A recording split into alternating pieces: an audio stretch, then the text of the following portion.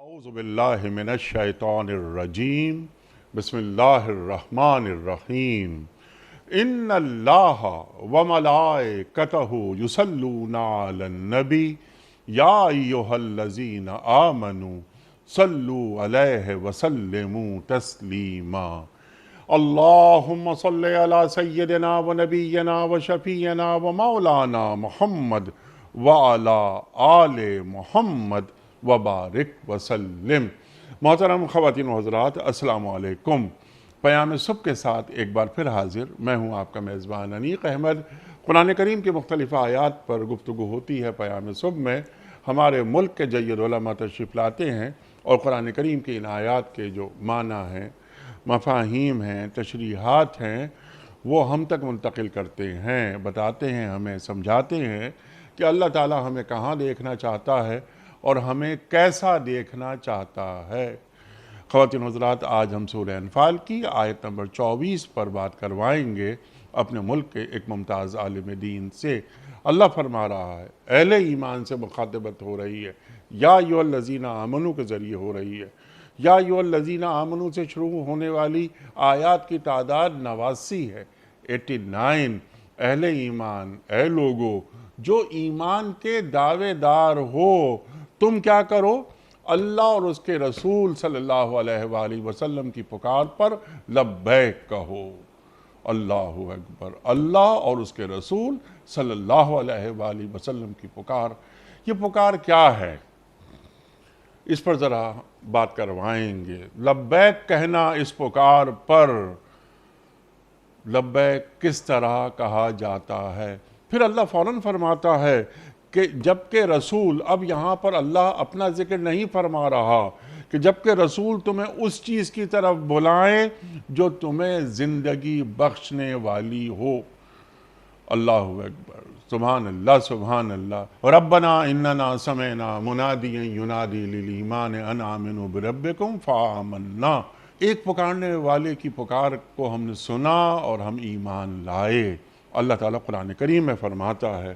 خواتین و حضرات، سوالات رکھیں گے بہت سارے اس حوالے سے کہ اللہ اور اللہ کے رسول صلی اللہ علیہ وآلہ وسلم کی پکار کسے کہتے ہیں، لبیک کس طرح کہا جاتا ہے، اور اللہ کے رسول صلی اللہ علیہ وآلہ وسلم کی پکار اور یہ دعوت یہ زندگی بخشنے والی ہے۔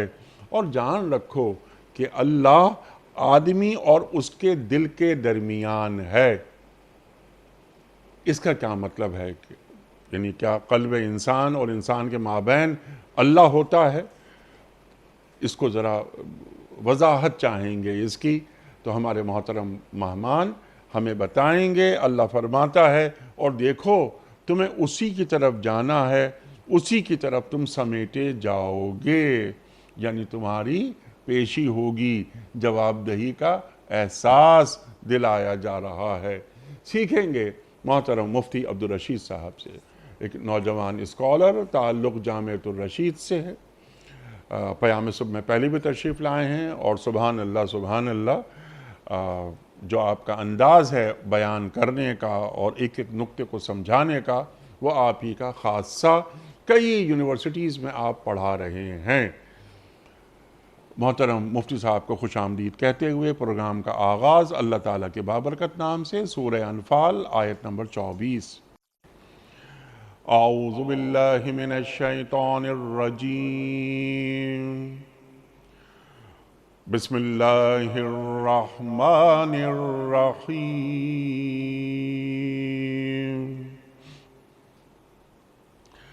یا ایھا الذین آمنوا استجیبوا للہ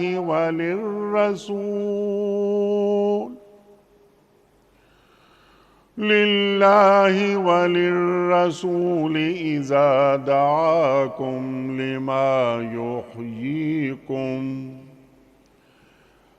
واعلموا ان اللہ یحول بین المرء وقلبہ وَأَنَّهُ إِلَيْهِ تُحْشَرُونَ۔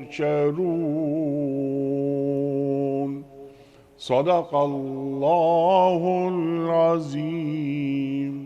اے لوگو جو ایمان لائے ہو اللہ اور اس کے رسول صلی اللہ علیہ وآلہ وسلم کی پکار پر لبیک کہو، جبکہ رسول صلی اللہ علیہ وآلہ وسلم تمہیں اس چیز کی طرف بلائیں جو تمہیں زندگی بخشنے والی ہو، اور جان رکھو کہ اللہ آدمی اور اس کے دل کے درمیان حائل ہے اور اسی کی طرف تم سمیٹے جاؤ گے۔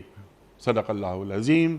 مفتی صاحب کی خدمت میں اس سے پہلے کہ ہم رکھیں آج کے پروگرام کے حوالے سے پہلا سوال، کل کے پوچھے گئے سوال کا درست جواب اور آج کا سوال آپ کی خدمت میں۔ کل کا سوال ہمارا یہ تھا کہ حبشہ کی طرف پہلی ہجرت کے وقت مسلمانوں کے امیر کون تھے؟ درست جواب حضرت عثمان غنی رضی اللہ تعالی عنہ۔ آج کا سوال نوٹ فرما لیجئے۔ سرکار دو عالم صلی اللہ علیہ وآلہ وسلم کا اسم گرامی احمد قرآن کریم کی کس صورت میں آیا ہے؟ سورہ صف میں یا سورہ محمد صلی اللہ علیہ وآلہ وسلم میں یا سورہ انبیاء میں؟ جو درست جواب آپ سمجھتے ہوں روانہ فرمائیے۔ ہمارے فون نمبرز ہیں 0092213452709۔ ہمارا دوسرا فون نمبر ہے 009221343000980۔ ہمارا ای میل ایڈریس ps@duniatv.tv۔ ہمارا SMS کا نمبر 3031 اور ہمارا واٹس ایپ کا نمبر ہے 009232182509194۔ حضرت مفتی صاحب ارشاد فرمائیے کہ اہل ایمان سے اللہ کیا مخاطبت کر رہا ہے کہ اللہ اور اس کے رسول صلی اللہ علیہ وآلہ وسلم جب پکاریں تو ان کی آواز پر لبیک کہو۔ کون سی پکار ہے؟ کیا قرآن کی پکار؟ لبیک کسے کہتے ہیں؟ لبیک کہنے کے آداب کیا ہیں؟ ارشاد۔ قرآن کریم میں اللہ تعالیٰ نے انسانیت کو اپنی عبادت کی طرف اور دین اسلام کی طرف مختلف انداز سے متوجہ کیا ہے۔ قرآن کریم کی فصاحت اور بلاغت کا یہ ایک بہت اعلیٰ معیار ہے کہ ایک ہی بات کو قرآن کریم مختلف پیرایوں میں بیان کرتا ہے، اور بنیادی مقصد یہ ہے کہ اگر انسان اس طریقے سے سمجھ سکے، اس طریقے سے سمجھ سکے، مختلف طریقوں سے سمجھایا جا رہا ہے تاکہ ایک انسان کی سمجھ میں بات آ جائے۔ قرآن کریم کی اس آیت کا آغاز اللہ تعالیٰ نے فرمایا یا ایھا الذین آمنوا سے، کہ اے ایمان والو۔ تو یہ ایک قرآن کا ایک مخصوص انداز ہے جو اہل ایمان کو جب خطاب کیا جاتا ہے، اور اہل ایمان کو خطاب کرنے کا مقصد یہ ہے کہ تم وہ لوگ ہو جنہوں نے اس بات کو تو قبول کر لیا ہے کہ ہم اللہ پر اور اللہ کے رسول پر ایمان لاتے ہیں، اس چیز کا تم اقرار کر رہے ہو، اس چیز کا تم اعتراف کر رہے ہو۔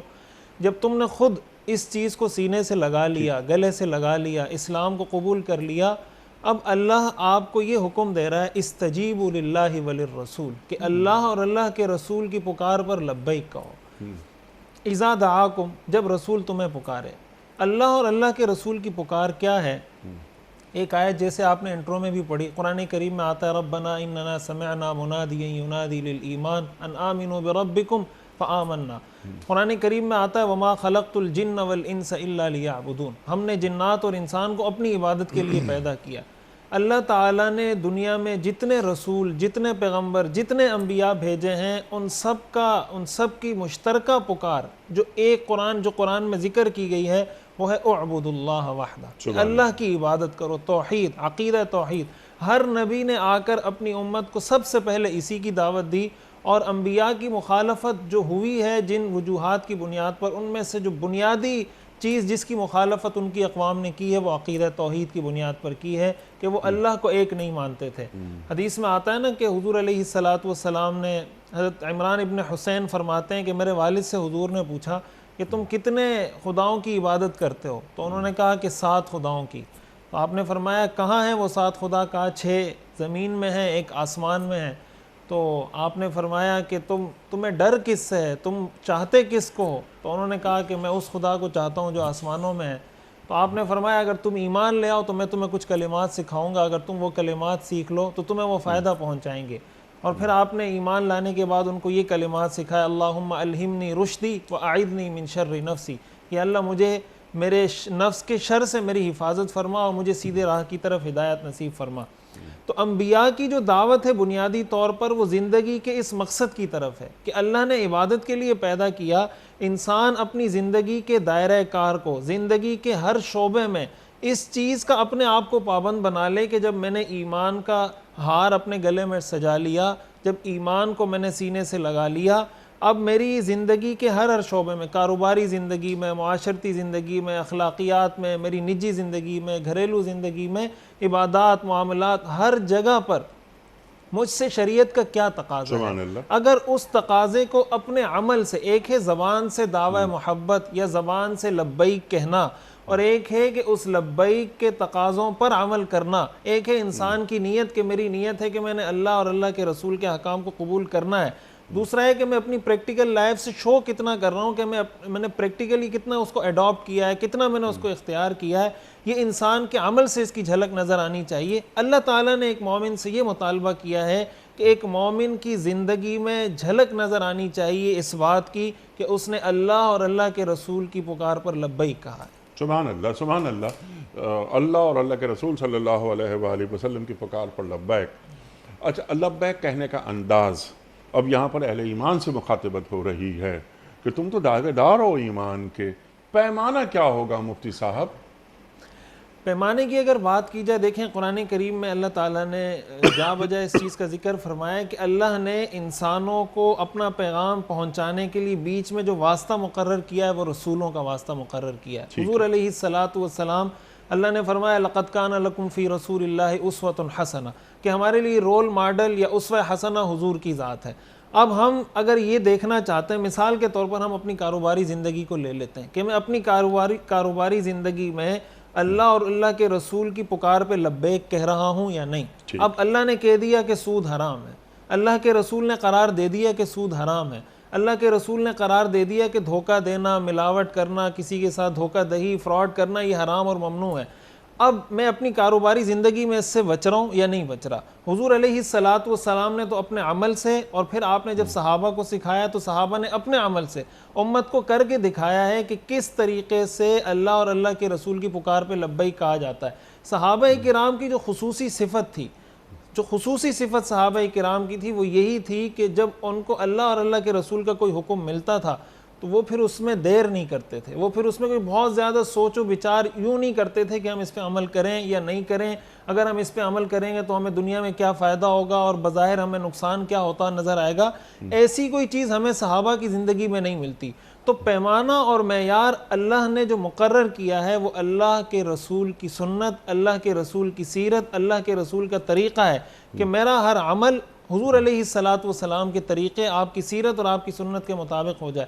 آج ہمارے بہت سے معاشرتی مسائل، بہت سے مسائل جو پیدا ہوتے ہیں اس کی بنیادی وجہ یہ ہوتی ہے کہ ہمیں سیرت کا پتہ نہیں ہوتا، ہمیں سنت کا پتہ نہیں ہوتا۔ مثال کے طور پر اگر کہیں پر کوئی معاملہ بیوی اور شوہر میں کوئی تلخ کلامی ہو جاتی ہے، کوئی انبن ہو جاتی ہے، اب ہمیں یہ سمجھ نہیں آ رہا ہوتا، یہ سجھائی نہیں دے رہا ہوتا کہ اب اس مسئلے کا شریعت کی روشنی میں یا سیرت کی روشنی میں کیا حل ہے۔ ایک شوہر ایک بیوی ایک ساتھ زندگی گزارتے ہیں تو لامحالہ کبھی کوئی بات اس طرح کی اونچ نیچ ہو جاتی ہے۔ حضور علیہ الصلاۃ والسلام اپنی ازواج مطہرات کے ساتھ زندگی گزارتے تھے، حضور کی زندگی میں بھی ایسے واقعات ہمیں ملتے ہیں۔ حضور نے ان معاملات کو کیسے ڈیل کیا، حضور نے ان معاملات کو کیسے حل کیا، اس کا آپ نے ہمیں کیا سلوشن دیا؟ تو سوال یہ پیدا ہوتا ہے کہ کیا ہمیں حضور علیہ الصلاۃ والسلام کی گھریلو زندگی کے بارے میں معلومات ہیں یا نہیں؟ ہم نے حضور کی گھریلو زندگی کو پڑھا ہے یا نہیں پڑھا؟ اس طرح حضور کی زندگی کے ایک ایک شعبے کو، آپ کی سیرت کے ایک ایک حصے کو اگر پڑھا جائے تو ہمیں پتہ چل جائے گا کہ یہ اللہ اور اللہ کے رسول کی پکار ہے، اور پھر ہم نے اس پہ لبیک کیسے کہنا ہے وہ عمل سے ہمیں سمجھ میں آ جائے گا۔ سبحان اللہ، سبحان اللہ۔ جو معیار ہے، جو کسوٹی ہے، وہ سرکار دو عالم صلی اللہ علیہ وآلہ وسلم کا اسوہ مبارک ہے۔ ما آتاکم الرسول فخذوہ وما نہاکم عنہ فانتہوا، جو رسول تمہیں دیں لے لو، جس سے روک دیں رک جاؤ۔ قل ان کنتم تحبون اللہ فاتبعونی یحببکم اللہ، قرآن کریم تعلیم فرما رہا ہے۔ اب یہاں اللہ اور اللہ کے رسول صلی اللہ علیہ وآلہ وسلم کی آواز پر ہم نے لبیک کہہ دیا۔ معیارات مختلف ہوتے ہیں تقوی کے، زہد کے، لیکن رخ اللہ اور اللہ کے رسول صلی اللہ علیہ وآلہ وسلم کی طرف۔ جب اللہ یہ بات فرما رہا ہے کہ رسول تمہیں بلا رہے ہیں اس چیز کی طرف جو زندگی دینے والی ہے، تو وہاں سے اللہ نے خود کو الگ کر لیا. یعنی من یطع الرسول فقد اطاع اللہ، جس نے رسول کی اطاعت کی اس نے اللہ کی اطاعت کی. کیا یہ بیان کیا جا رہا ہے؟ بے شک قرآن کریم نے جب اس آیت میں آگے فرمایا اذا دعاکم، یہاں پر جو صیغہ استعمال کیا وہ واحد کا صیغہ استعمال کیا، اور مفسرین نے لکھا ہے جیسے آپ نے فرمایا کہ یہ ضمیر حضور علیہ السلام کی طرف لوٹ رہی ہے کہ جب رسول تمہیں اس بات کی طرف بلائیں. تو قرآن کریم ہی کی آیت ہے من یطع الرسول فقد اطاع اللہ. قرآن کریم میں اس سے پہلے کی آیات میں اللہ نے فرمایا اطیعوا اللہ ورسولہ ان کنتم مؤمنین. تو قرآن میں اللہ تعالیٰ نے جہاں جہاں اپنی اطاعت کا حکم دیا ہے وہاں وہاں اللہ نے اپنے رسول کی اطاعت کا حکم بھی دیا ہے. ایسا قرآن میں کہیں نہیں ہے کہ اللہ نے اپنی اطاعت کا حکم دیا ہو اور ساتھ رسول کی اطاعت کا حکم نہ دیا ہو. اور یہاں پر جب اللہ تعالیٰ نے خاص، اگر آپ دیکھیں قرآن کریم میں بہت سے مقامات پر حضور علیہ السلام کے لیے یہ لقب استعمال کیا گیا الرسول کا. الرسول کا لقب استعمال کیا گیا. یہ رسول کا لقب استعمال کرنے کا بنیادی مقصد اور جو بنیادی میسج دینا مقصود ہے وہ یہ ہے کہ حضور اللہ کے سفیر ہیں، اللہ کے نمائندے ہیں، اللہ کے پیغمبر ہیں. ان کی زبان سے نکلی ہوئی بات یہ در حقیقت اللہ کا پیغام ہوگی. جیسے کوئی سفیر ہوتا ہے، کوئی ایلچی ہوتا ہے، کوئی ایمبیسڈر ہوتا ہے، تو جب وہ کوئی بات کرتا ہے، کوئی سٹیٹمنٹ دیتا ہے تو اس کو اس ملک کی سٹیٹمنٹ سمجھا جاتا ہے یا اس ملک کا بیانیہ سمجھا جاتا ہے. اللہ نے حضور علیہ السلام کا لقب یہاں الرسول ذکر کیا کہ وہ الرسول ہیں، وہ میرے پیغمبر ہیں. ان کی بات مولانا رومی نے کہا ہے نا کہ گفتہ خالق بوت، جو ان کی گفتگو ہے وہ در حقیقت خالق کی گفتگو ہے. گرچہ از حلقوم عبداللہ بوت، اگرچہ وہ عبداللہ کی زبان سے نکل رہی ہے لیکن گفتگو وہ اللہ تعالیٰ کی ہے. یہی وہ چیز ہے جس کو قرآن کی اس آیت کے اس حصے میں بیان کیا کہ جب رسول تمہیں پکاریں، جب رسول تمہیں دعوت دیں، جب رسول تمہیں حکم دیں، در حقیقت یہ اللہ کا حکم سمجھ کے تم نے اس پہ عمل کرنا ہے، اس کی اطاعت کرنی ہے. اس کی اطاعت کرنا ہے. اللہ کی اطاعت ہو رہی ہے، کیسے ہوگی؟ جیسے رسول بتائیں. اللہ اکبر، اللہ اکبر. اچھا، رسول جس جانب بلا رہے ہیں وہ زندگی بخشنے والی ہے. یہ تو طے شدہ بات ہے کہ رسول جب پکار رہے ہیں، بلا رہے ہیں، دعوت دے رہے ہیں دین کی طرف، تو وہ زندگی بخشتی ہے. یہ چیز، یہ زندگی کن حوالوں سے؟ یعنی مادی حوالوں سے، روحانی حوالوں سے، قلبی حوالوں سے، اقتصادی حوالوں سے، وغیرہ وغیرہ. یقیناً اللہ اور اللہ کے رسول صلی اللہ علیہ وآلہ وسلم اہل ایمان کو کامیاب بامراد دیکھنا چاہتے ہیں، غالب دیکھنا چاہتے ہیں، مغلوب نہیں دیکھنا چاہتے. بعد میں ہم بات کروائیں گے آپ سے ٹو ڈوز کے حوالے سے کہ یہ آیت ہمیں کیا ایکشن بتا رہی ہے، کرنے کا کام بتا رہی ہے. لیکن یہاں پر جس زندگی کی بات ہو رہی ہے مفتی صاحب، وہ کون سی زندگی ہے؟ یہ بڑا اہم سوال ہے، اور قرآن کریم کی اس آیت میں بڑے بہترین پیرائے میں اللہ تعالیٰ نے اس کو بیان فرمایا ہے. اور اگر ایک انسان اور ایک مسلمان اس کو سمجھ لے تو اس کو پھر اس بات میں کوئی ڈاؤٹ نہیں رہے گا کہ میری دنیا اور آخرت کی کامیابی اگر اللہ نے رکھی ہے وہ دین پر عمل کرنے میں رکھی ہے. یہ جو اللہ نے فرمایا کہ رسول تمہیں جس چیز کی طرف بلاتے ہیں یہ تمہیں زندگی بخشتی ہے، اگر قرآن اور حدیث کی روشنی میں دیکھا جائے تو ہمیں دنیا کی زندگی بخشنے والی چیز بھی یہ قرآن کی آیات اور قرآن کے احکام اور رسول کی تعلیمات ہیں، اور آخرت کی زندگی کی حیات جاویدانی نصیب کرنے والی چیز وہ بھی حضور علیہ السلام کی تعلیمات ہیں. قرآن کریم میں اللہ تعالیٰ نے ارشاد فرمایا من عمل صالحا من ذکر او انثى وهو مؤمن فلنحيينه حیاتا طیبہ، کہ جو اللہ پر ایمان لاتے ہوئے شریعت پر عمل کرے، عمل صالح کرے، اپنی زندگی کو شریعت کے مطابق گزارے، اللہ تاکید کے ساتھ یہ وعدہ کر رہے ہیں فَلَنُحْيِيَنَّهُ حَيَاتًا طَيِّبًا، کہ ہم اس کو خوشگوار زندگی عطا کریں گے. خواہ وہ مرد ہو یا خواہ عورت، خواہ وہ مرد ہو خواہ وہ عورت ہو، ہر وہ شخص، ہر وہ مرد، ہر وہ عورت جس نے اپنی زندگی کو شریعت کے سانچے میں ڈھال دیا، اللہ نے وعدہ کر لیا کہ اس کی زندگی خوشگوار ہوگی. اس کا مطلب پہلا جو بینیفٹ، پہلا جو ایڈوانٹیج ہمیں حاصل ہوگا اللہ کے رسول کی پکار پر لبیک کہنے کا، وہ یہ کہ ہماری دنیا کی زندگی سنور جائے گی. اب سوال یہ پیدا ہوتا ہے کہ دنیا کی زندگی کیسے سنورے گی؟ بظاہر تو یہ ایسے اعمال ہیں جس سے جنت کا وعدہ ہے کہ جنت ملے گی اور قیامت میں یہ ہوگا اور کامیابی ہوگی. تو اس تصور کو انسان اس وقت بہتر انداز میں سمجھ سکتا ہے جب اس کے ذہن میں یہ بات ہو کہ اسلام محض کچھ عبادات کا نام نہیں ہے، اسلام ایک مذہب نہیں، اسلام ایک دین ہے۔ ان الدین عند اللہ الاسلام ومن یبتغی غیر الاسلام دینا فلن یقبل منہ، اسلام ایک دین ہے۔ مثال کے طور پر جیسے میں نے معاشرت کی ہم نے بات کی، ایک معاشرتی زندگی ہے انسان کی، اولاد کے ساتھ، بیوی کے ساتھ، بیٹی کے ساتھ۔ حضور علیہ الصلوۃ والسلام کے بارے میں آتا ہے کہ جب حضرت فاطمہ رضی اللہ تعالیٰ عنہ آتی، گھر تشریف لاتی، تو حضور علیہ الصلوۃ والسلام اپنی جگہ سے کھڑے ہو جاتے، ان کے ہاتھ کو بوسہ دیتے، جہاں آپ خود تشریف رکھتے تھے وہاں حضرت فاطمہ رضی اللہ تعالیٰ عنہ کو بٹھایا کرتے تھے۔ اسی طرح جب حضور حضرت فاطمہ کے پاس تشریف لے جاتے تھے تو حضرت فاطمہ یہی عمل دہرایا کرتی تھیں۔ اب یہ ایک ایٹیٹیوڈ ہے، یہ ایک رویہ ہے، یہ ایک بیہیویئر ہے، یہ ایک طرز عمل ہے کہ اپنی بیٹی کے ساتھ آپ کا رویہ کیسا ہونا چاہیے، اپنے والدین کے ساتھ، بیوی کے ساتھ۔ اب اگر ایک انسان دنیا میں ایسی زندگی گزارے کہ وہ بیٹی کا حق بھی ادا کر رہا ہے، وہ بیٹے کا حق بھی ادا کر رہا ہے، وہ بیوی کا حق بھی ادا کر رہا ہے، بیوی ہے تو شوہر کا حق ادا کر رہی ہے، بیٹا ہے تو والدین کا حق ادا کر رہا ہے، اسی طرح شریعت نے منع کیا ہے چوری نہیں کر سکتے، ڈکیتی نہیں کر سکتے، کسی کو قتل نہیں کر سکتے، ایک جان کو قتل کرنا ساری انسانیت کو قتل کرنے کے مترادف ہے۔ تو جس معاشرے میں چوری نہ ہو، جس معاشرے میں ڈکیتی نہ ہو، جس معاشرے میں قتل و غارت گری نہ ہو، اسی طرح شریعت نے معاشی زندگی کی طرف آئیں تو قرار دے دیا کہ سود حرام ہے، دھوکہ دہی حرام ہے۔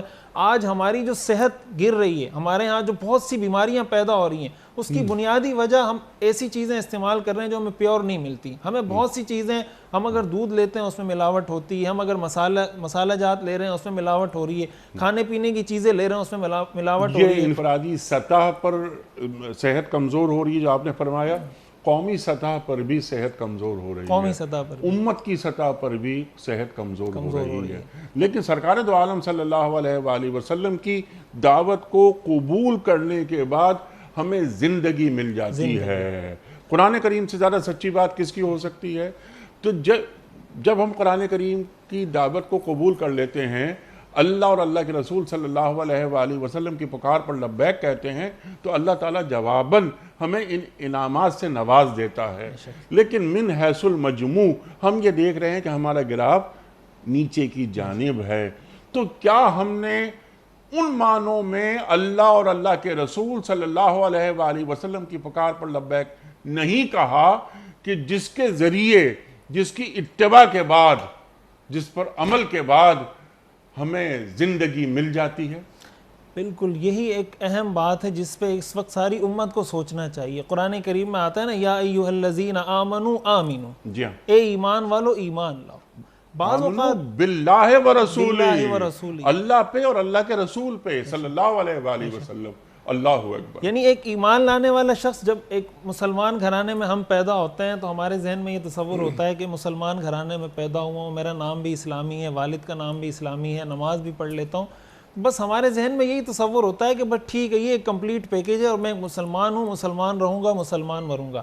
حالانکہ قرآن کریم نے یہ جو کہا ہے کہ یا ایھا الذین آمنوا استجیبوا، یہ تو اسی لیے کہا کہ تم ایمان لے آئے ہو، ٹھیک ہے، اب اپنے اس ایمان کو تم نے جانچتے رہنا ہے، اس کو دیکھتے رہنا ہے، اس کی آپ پرکھ کرنی ہے کہ تم نے اپنے اس ایمان کے معیار پر عمل کتنا کیا ہے، اس کے تقاضوں کو اپنایا کتنا ہے۔ محض زبان سے، جسے قرآن کریم میں آتا ہے نا، قالت الاعراب آمنا قل لم تؤمنوا ولکن قولوا اسلمنا، آپ یہ مت کہو کہ ہم مومن ہیں، یہ کہو کہ ہم مسلمان ہیں۔ تو زبان سے اقرار کرنا، اپنے رویے سے، اپنے حلیے سے اس کا اظہار کرنا، یہ ایک الگ چیز ہے، اور اپنے طرز عمل سے، اپنی زندگی کے ہر شعبے میں اس کو اختیار کرنے سے اس کا اظہار کرنا، یہ وہ چیز ہے جس سے ہمیں ثمرات ملیں گے۔ ایک ہے کہ آپ کسی چیز کا ٹائٹل اپنا لیتے ہیں، اور ایک ہے کہ آپ اس چیز کی حقیقت کو اپنا لیتے ہیں۔ مثال کے طور پر اگر کوئی کسی حرام گوشت کے اوپر لکھ دیتا ہے کہ یہ بکری کا گوشت ہے، اور اب وہ کھاتا ہے، یہ سمجھ کے کھاتا ہے کہ اب مجھ پر اس گوشت کے وہ اثرات ہوں گے جو بکری کے گوشت کے ہونے چاہیے، یا وہ گائے کے گوشت پہ بکری کے گوشت کا لیبل لگا کر یہ سمجھتا ہے کہ اب مجھ پہ اس گوشت کے وہ اثرات ہوں گے کہ ڈاکٹر نے مجھے منع کیا تھا کہ بڑا گوشت نہیں کھانا، چھوٹا گوشت کھانا، اب میں یہ بکری کا گوشت ٹائٹل دے کے میں اس کو کھا رہا ہوں، لہٰذا یہ وہی اثر ہوگا۔ تو ہمیں یہ سوچنا چاہیے کہ کہیں ہم دین کے ساتھ یہ تو نہیں کر رہے کہ ہم نے دین کا نام تو اختیار کر لیا، مسلمان ہے الحمدللہ، لیکن عملی زندگی میں ہم اس کو اختیار کر رہے ہیں یا اختیار نہیں کر رہے۔ یہ ایک بڑا، ایسا تو نہیں کہ ہم قولی اقرار کر رہے ہوں اور عملی انکار کر رہے ہوں۔ بالکل یہ بڑی قابل غور بات ہے، اور اس پہ سوچنا چاہیے۔ پھر یا ایھا الذین آمنوا لما تقولون ما لا تفعلون،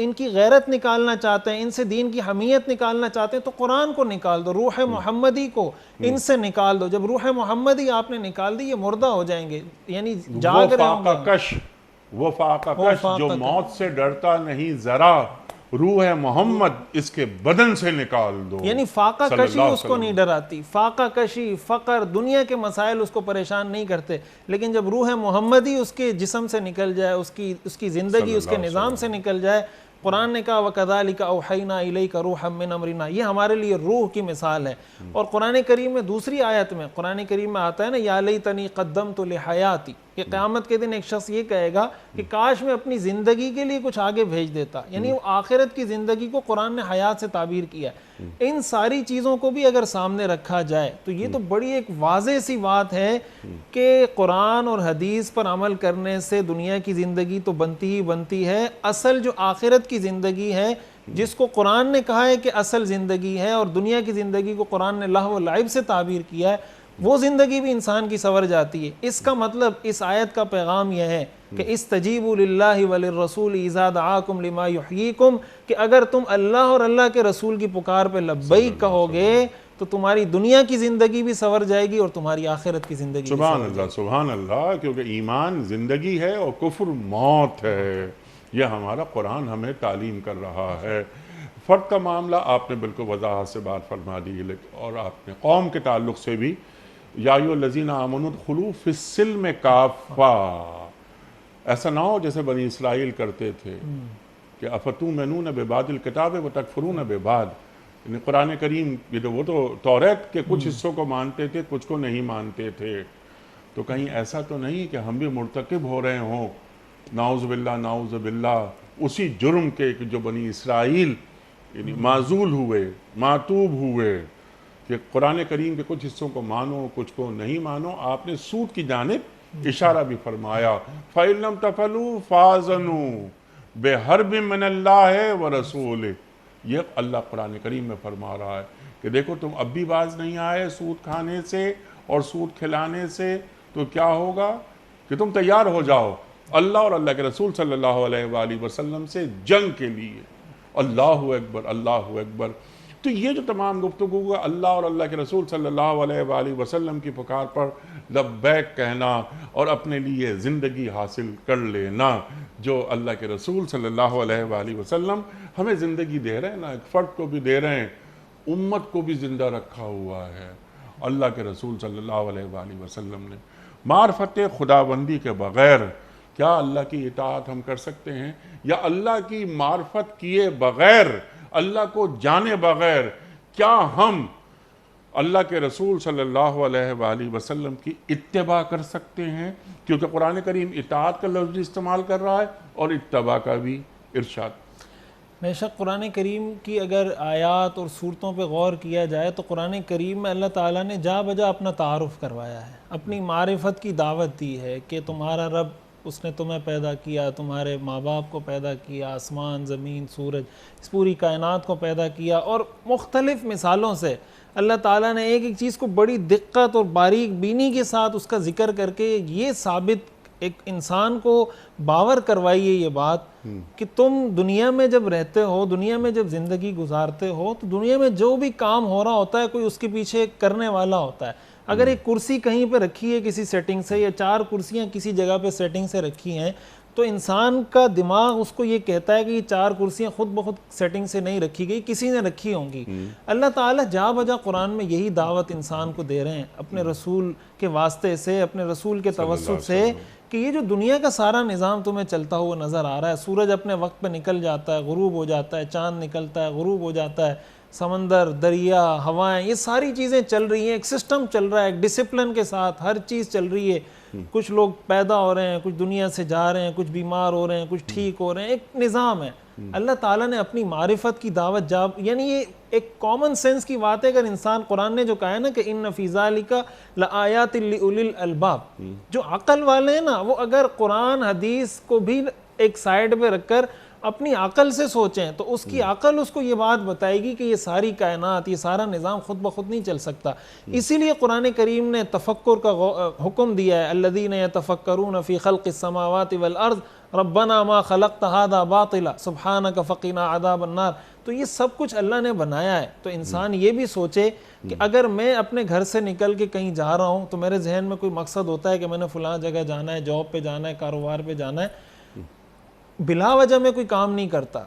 تو اللہ تعالیٰ فرماتے ہیں کہ ہم نے یہ ساری چیزیں عبث پیدا نہیں کی. یہ جو دنیا میں تمہیں سب کچھ نظر آ رہا ہے ہم نے بھی کسی مقصد کے لیے پیدا کیا ہے. تو جب اس میں انسان غور و فکر کرتا ہے ان چیزوں کے اندر, اس کو خود بخود اس چیز کا احساس ہوتا ہے کہ جب اللہ نے یہ سارا نظام بنایا ہے کسی مقصد کے لیے, اور اس مقصد کو اللہ تعالیٰ نے انسان سے جوڑ دیا ہے, کہ جب یہ انسان اپنے مقصد حیات پر آ جائے گا, اپنی مقصد حیات کو فالو کرنا شروع کر دے گا, تو اس کائنات کا مقصد حاصل ہو جائے گا, اس کائنات کے بنانے کا مقصد حاصل ہو جائے گا, اور ہمیں زندگی حاصل ہو ہمیں جائے گی. زندگی حاصل ہو جائے گی. اللہ اکبر, اللہ اکبر. تو معرفت خداوندی سے اللہ کی اطاعت کرنا آسان ہو جاتا ہے. بے شک, بے شک, ٹھیک ہے نا. بے شک.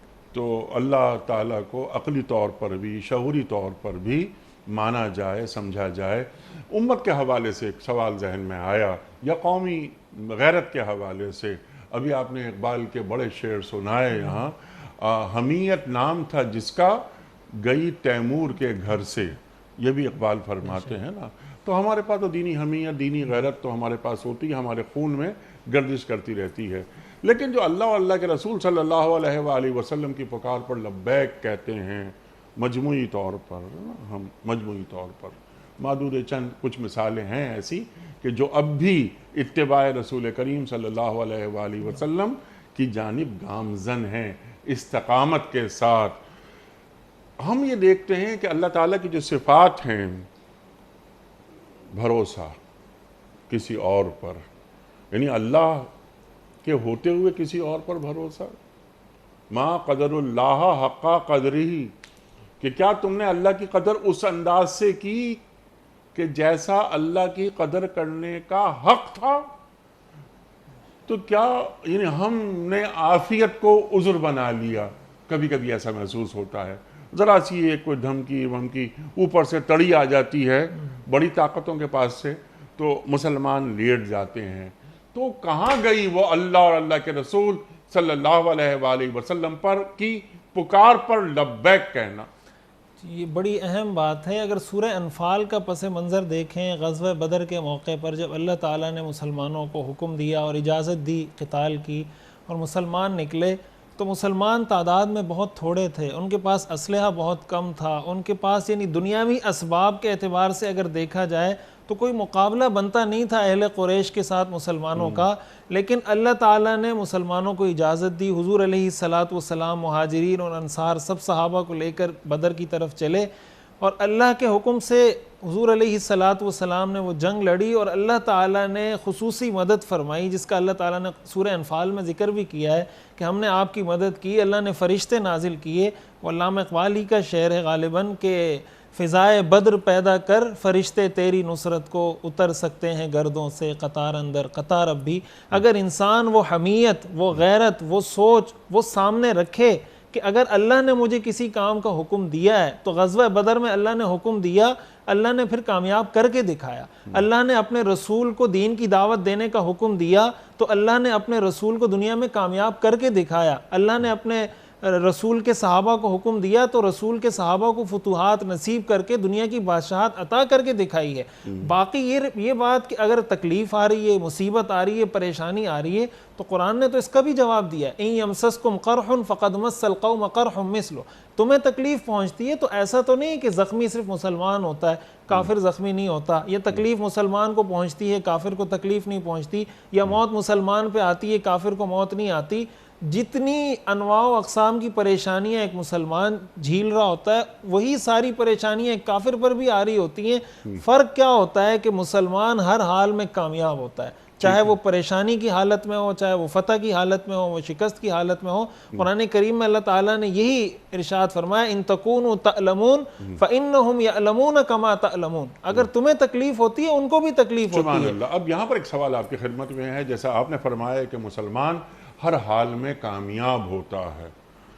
انتم العالون ان کنتم مومنین, ایک کنڈیشنل بات, تم ہی کامیاب رہو گے بشرطے کہ تم مومن ہو. تو مسلمان ہر حال میں کامیاب اس وقت ہوگا جب وہ واقعتاً مومن مومن ہو۔ اقبال یاد آتے ہیں کہ اقبال بڑا اپدیشک ہے، من باتوں میں موہ لیتا ہے، گفتار کا غازی یہ تو بنا، کردار کا غازی بن نہ سکا۔ تو اللہ تعالیٰ کس مقام پر اہل ایمان کو دیکھنا چاہتا ہے وہ قرآن بار بار بتا رہا ہے۔ جیسے یا ایھا الذین آمنوا، یہ 89 آیات ہیں، کم از کم انہی کو ہم پڑھ لیں، قرآن کریم سے قریب آ جائیں۔ اللہ تعالیٰ ہمیں کہاں دیکھنا چاہتا ہے اور ہمیں کیسا دیکھنا چاہتا ہے، مقام مسلم ہے کیا، تو اللہ تعالیٰ ان آیات کے ذریعے ہمیں بتا رہا ہے۔ مفتی صاحب وقت کیونکہ ختم ہو رہا ہے پروگرام کا، ایک بہت اہم موضوع اب تک باقی ہے، وہ یہ کہ اللہ تعالیٰ انسان اور اس کے دل کے درمیان ہے، یعنی قلب انسان اور انسان کے مابین اللہ موجود ہے۔ کیا مطلب ہے اس بات کا؟ کیا یہ انسانی قلب، ہمارا دل، یہ اللہ کے تصرف میں ہے؟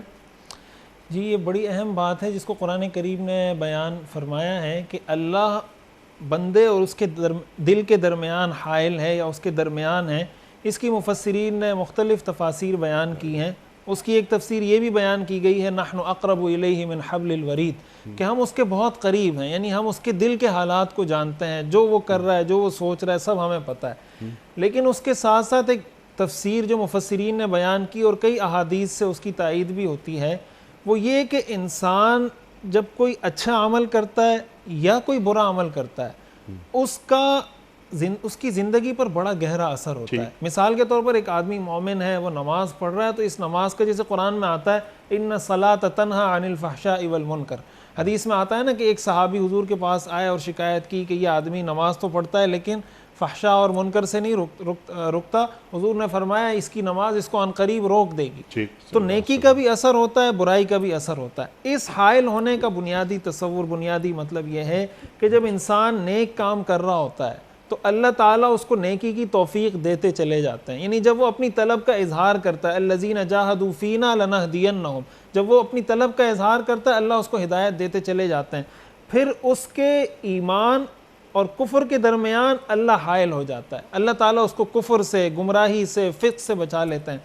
اور اسی طرح اس کے برعکس اگر ایک آدمی اللہ کی نافرمانی پر اتر آتا ہے اور اللہ کی نافرمانی کو اپنی زندگی کا شیوا بنا لیتا ہے، تو ایسی صورت میں جیسے حدیث میں آتا ہے نا جب انسان گناہ کرتا ہے اس کے دل پہ ایک سیاہ دھبا لگ جاتا ہے، وہ بڑھتے بڑھتے بڑھتے پورا دل سیاہ ہو جاتا ہے اگر وہ توبہ نہ کرے۔ اس کا نتیجہ کیا ہوتا ہے؟ اسی کو قرآن نے دوسری جگہ بیان فرمایا ختم اللہ علی قلوبہم وعلی سمعہم وعلی ابصارہم، پھر کیا ہوتا ہے کہ اس کے دل و دماغ پر تالے پڑ جاتے ہیں، مہر لگ جاتی ہے۔ قرآن کریم میں اللہ نے بیان فرمایا وَنُقَلِّبُ أَفْئِدَتَهُمْ وَأَبْصَارَهُمْ كَمَا لَمْ يُؤْمِنُوا بِهِ أَوَّلَ مَرَّةٍ، کہ جب انسان کو پہلی دفعہ پیغام پہنچتا ہے، اس کو ایمان کا، عمل صالح کا، قرآن کا کوئی حکم پتہ چلا کہ بھئی یہ جائز، یہ ناجائز، یہ حلال، یہ حرام، یہ کرنا ہے، یہ نہیں کرنا، اور اس کے کانوں پر جوں تک نہیں رینگی، اس نے ایسے جیسے مکھی اڑا دی، پرواہ نہیں کی کہ حلال کیا ہوتا ہے، حرام کیا ہوتا ہے، آہستہ آہستہ آہستہ اس کے دل میں یہ داعیہ پیدا ہونا ہی ختم ہو جاتا ہے۔ نتیجہ یہ ہوتا ہے کہ اس کی دل کی اس سیاہی کی وجہ سے پھر اس کو نیکی کی توفیق نہیں ہوتی۔ ہمارے بزرگ فرماتے ہیں نا کہ انسان بعض اوقات گناہ کر رہا ہوتا ہے توبہ کی آرزو پر کہ میں توبہ کر لوں گا، یا توبہ کی امید پر، اور یہ واضح سی بات ہے کہ توبہ کا دروازہ اللہ نے کھلا رکھا ہے، جب تک موت کے فرشتے کو وہ نہیں دیکھ لیتا تو اس کے پاس توبہ کا وقت ہے۔ لیکن علماء فرماتے ہیں کہ کبھی کبھی توبہ کا دروازہ تو کھلا ہے لیکن کبھی کبھی اللہ وہ توفیق توبہ کا دروازہ بند کر دیتا ہے کہ انسان کو توبہ کی توفیق بھی ہوتی ہے یا نہیں، وہ اس آسرے پر ہے کہ میں توبہ کر لوں گا اور اللہ کی توفیق ہی اس کو نصیب نہیں ہو رہی۔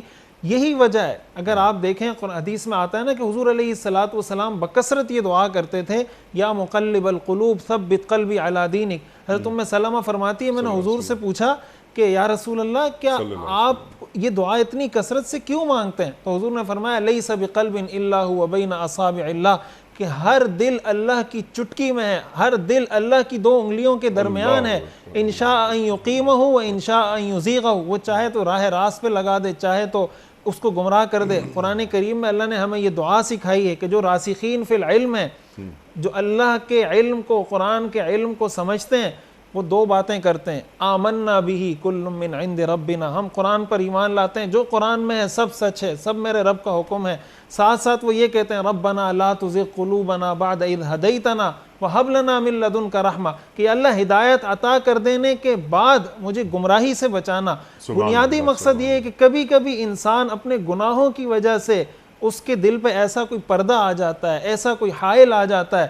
یہی وجہ ہے کہ حضور علیہ السلام یہ دعا بھی فرمایا کرتے تھے، یا مصرف القلوب صرف قلبی الی طاعتک، کہ اے دلوں کو پھیرنے والے میرے دل کو اپنی طاعت کی طرف پھیر دیجئے۔ یہ دعا بھی حضور نے سکھائی، اللہم الہمنی رشدی واعذنی من شر نفسی، کہ مجھے میرے نفس کے شر سے بچا۔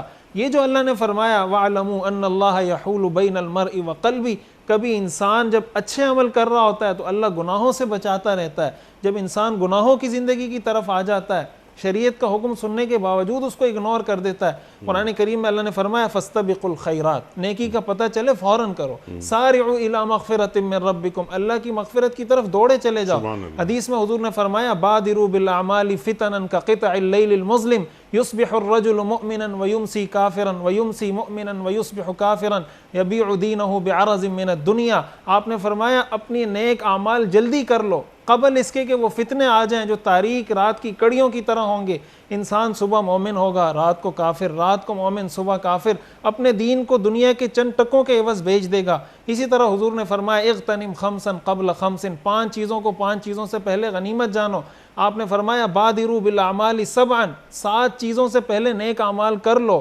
هل تنتظرون الا فقرا منسیا او غنى مطغیا او مرضا او حرما، آپ کس چیز کا انتظار کر رہے ہیں؟ فقر کا انتظار کر رہے ہیں، مرض کا انتظار کر رہے ہیں، ایسی مالداری کا انتظار کر رہے ہیں جو تمہیں سرکش بنا دے گی، موت کا انتظار کر رہے ہیں، دجال کا انتظار کر رہے ہیں، قیامت کا انتظار کر رہے ہیں۔ اگر اللہ نے عافیت نصیب کر رکھی ہے، اللہ نے یہ توفیق دے رکھی ہے، تو پھر یہ کہہ کر ٹالنا کہ کل کر لوں گا، وہ کہتے ہیں نا اٹس ناؤ اور نیور، اگر ابھی نہیں تو کبھی نہیں۔ آج کا کام ابھی کرنا چاہیے، کل کا کام آج اور آج کا کام ابھی۔ اگر انسان یہ اپنا رویہ بنا لے، یہ اپنا دستور العمل بنا لے کہ میں نے دین پر ایسے عمل کرنا ہے، مجھے آج دین کی یہ بات پتہ چلی، میں نے اس پہ عمل کر کے چھوڑنا ہے، پتہ نہیں کل مجھے موقع ملے نہ ملے۔ یہ در حقیقت وہ میسیج ہے جو قرآن کریم میں اللہ نے دیا، ان اللہ یحول بین المرء وقلبی۔ اور اگر انسان ٹالتا رہے تو آگے اللہ نے فرمایا وَأَنَّهُ إِلَيْهِ تُحْشَرُونَ، کب تک تم ٹالو گے؟ بالآخر آنا تو میری طرف ہی ہے، پھر وہاں جواب دینا ہوگا، پھر وہاں کوئی موقع نہیں ہوگا، کوئی عذر قبول نہیں ہوگا۔ اللہ اکبر، تم یوں ہی نہیں چھوڑ دیے جاؤ گے، تم سمیٹے جاؤ گے، بلائے جاؤ گے، اٹھائے جاؤ گے، اور جواب دہی ہوگی کہ تم کیا کرتے رہے۔ اللہ اور اللہ کے رسول صلی اللہ علیہ وآلہ وسلم کی پکار پر تم نے لبیک کہا یا نہیں کہا؟ سرکار دو عالم صلی اللہ علیہ وآلہ وسلم کی پکار تمہیں زندگی بخش رہی تھی، تو یہ بھی بات بالکل واضح ہو گئی کہ اس پکار پر لبیک کہنے سے ہمارا ہی فائدہ ہوتا ہے، دنیاوی بھی، اخروی بھی، مادی بھی، روحانی بھی، ہر طرح سے مومن کامیاب رہتا ہے۔ بہت ساری باتیں مزید ہو سکتی ہیں، لیکن لاسٹ 2 منٹس آپ مختصر الفاظ میں امت کو تعلیم فرما دیجئے کہ سورہ انفال کی آیت نمبر 24 ہم سے 3 بڑے کام کیا کہہ رہی ہے کہ یہ کام ہمیں فوراً کرنے ہیں۔ آپ نے قرآن کریم کی جو آیات یہاں پر تلاوت فرمائی، اللہ اکبر، انہی آیات کو آدمی اپنے اندر اتار لے کہ وَالَّذِينَ جَاهَدُوا فِينَا لَنَهْدِيَنَّهُمْ سُبُلَنَا، جو ہماری طرف آتے ہیں، جدوجہد کرتے ہیں، ہم ان کے لیے راستے کھولتے چلے جاتے ہیں۔ اللہ فرما رہا ہے سورہ عنکبوت میں، اور ربنا لا تزغ قلوبنا بعد اذ ہدیتنا وہب لنا من لدنک رحمہ انک انت الوہاب۔ قرآن کریم میں اللہ تعالیٰ نے یہ جو آیات نازل فرمائی، ہمیں جو رہنمائی دی، بنیادی مقصد یہ کہ ایک تو انسان اپنی یہ نیت کر لے، یہ عزم کر لے، یہ ارادہ کر لے کہ میں نے شریعت پہ عمل کرنا ہے۔ بعض اوقات ایسا ہوتا ہے کہ انسان کو دین پر عمل کرنے میں مشکل لگ رہی ہوتی ہے کہ یار میں یہ کام کروں گا تو فلاں ناراض ہو جائے گا، سوسائٹی ناراض ہو جائے گی، لیکن انسان کو یہ تصور رہنا چاہیے کہ اگر میرے اس عمل سے اللہ راضی ہو رہا ہے، حدیث میں آتا ہے نا کہ جب انسان اللہ کی رضا کو اپنا مقصد بنا لیتا ہے، اللہ مخلوق کو راضی کروا دیتا ہے، اور جب انسان مخلوق کی رضا کو مقصد بنا لیتا ہے، اللہ مخلوق کے سپرد کر دیتا ہے۔ یعنی اللہ سے اللہ کو مانگ لیا جائے، اللہ سے مانگ لیا جائے، اور اس دعا کا اہتمام کیا جائے، ربنا لا تزغ قلوبنا بعد اذ ہدیتنا، اللہم الہمنی رشدی واعذنی من شر نفسی، یا مقلب القلوب ثبت قلبی علی دین، ان دعاؤں کا اہتمام کرنا سبحان چاہیے۔ اللہ، سبحان اللہ، اور اپنا رخ اللہ کی طرف بالکل سیدھا رکھا جائے۔ مفتی صاحب بڑا ممنون، بڑا شکر گزار آپ تشریف لائے۔ خواتین و حضرات، بہت ساری باتیں مزید ہو سکتی ہیں، مفتی عبدالرشید صاحب سے ہمیں مزید سیکھنے کے مواقع انشاءاللہ ملتے رہیں گے۔ وقت یہاں مکمل ہوا ہمارے آج کے پروگرام کا۔ کوئز کل کا سوال ہم نے یہ رکھا تھا کہ حبشہ کی طرف پہلی ہجرت کے وقت مسلمانوں کے امیر کون تھے؟ درست جواب حضرت عثمان غنی رضی اللہ تعالی عنہ۔ آج کا سوال نوٹ فرما لیجئے۔ سرکار دو عالم صلی اللہ علیہ وآلہ وسلم کا اسم گرامی احمد قرآن کریم کی کس صورت میں آیا ہے؟ سورہ صف میں، یا سورہ محمد صلی اللہ علیہ وآلہ وسلم میں، یا سورہ انبیاء میں؟ جو درست جواب آپ سمجھتے ہوں روانہ فرمائیے۔ ہمارے فون نمبرز ہیں 0092213452709، ہمارا دوسرا فون نمبر ہے 009221343000980، ہمارا ای میل ایڈریس ps@dunyatv.tv، ہمارا SMS کا نمبر 3031، اور ہمارا واٹس ایپ کا نمبر ہے 0092321825019 حضرت ایک پرچی نکال کر اعلان فرما دیجئے کہ آج کے ونر کون ہیں۔ بہت سارے افراد نے درست جوابات بھجوائے اور انعام کے مستحق ٹھہرے۔ محمد اقبال جاوید، کہاں سے؟ Black S T town, Bahawalpur. Muhammad Iqbal Javed صاحب بہاولپور سے۔ آپ کی خدمت میں دنیا ٹی وی کی جانب سے دینی کتب پر مشتمل گفٹ ہیمپر آپ کے گھر بذریعہ کوریئر روانہ کیا جا رہا ہے۔ آپ کو بہت بہت مبارک ہو۔ اختتام ہوتا ہے پیام صبح کا روزانہ ایک قول پر، اور وہ قول ہوتا ہے صاحب نہج البلاغہ امیر المومنین حضرت علی مرتضیٰ کرم اللہ وجہہ کا۔ آپ فرماتے ہیں کہ خیر اور بھلائی وہی پاتا ہے جو اس پر عمل کرتا ہے، خیر اور بھلائی وہی پاتا ہے جو اس پر عمل کرتا ہے۔ سبحان اللہ، سبحان اللہ۔ اپنے میزبان انیق احمد کو کل تک کے لیے اجازت دیجیے۔ خدا حافظ۔